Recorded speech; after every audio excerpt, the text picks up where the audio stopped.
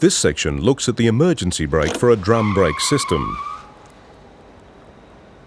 All vehicles must be fitted with at least 2 independent systems. They were once called the service brake and emergency brake.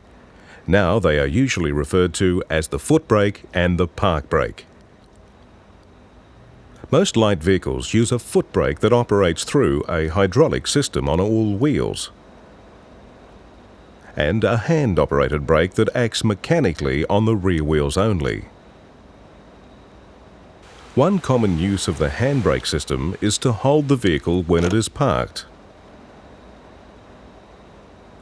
The systems are designed to be independent so that if one fails, the other is still available.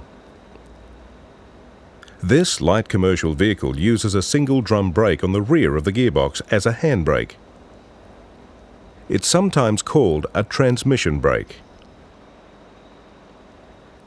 On this duo servo drum brake, the cable for the handbrake lever pulls on an actuating lever inside the brake drum assembly. The actuating lever is connected to the secondary brake shoe by a pin and to the primary shoe by a strut. Movement of the lever forces both shoes against the drum.